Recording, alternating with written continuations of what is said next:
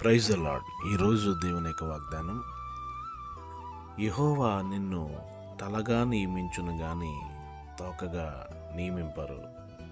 ద్వితీయోపదేశకాండం 28వ అధ్యాయం 14వ వచనం. ప్రియులారా, మనం ఆరాధిస్తున్న దేవాతి దేవుడు మనల్ని ఉన్నతమైన స్థితిలో ఉంచాలి లేదా తలగా ఉంచాలి అని అంటే మన దేవుడైన యెహోవా వాక్కును, ఆయన మాటను శ్రద్ధగా విని నేడు ఆయన ఆజ్ఞాపిస్తున్న ఆజ్ఞలన్నిటినీ కూడా మనము అనుసరించి నడుచుకునేటప్పుడు ఈ దీవెనలన్నీ కూడా మన మీదకి వచ్చి మనకు ప్రాప్తిస్తాయి. దాంట్లో ఒక దీవెనే దేవుడు మనల్ని తలగా నియమించేవాడై ఉన్నాడు.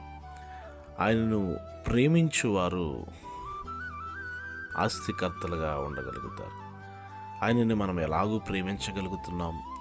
దేవుని మాటలు మన గైకొనుట ద్వారా మనము దేవునిని ప్రేమించగలుగుతున్నాం. ఇక్కడ ప్రార్థించే దైవజనులు రాజుగారు రాస్తాం.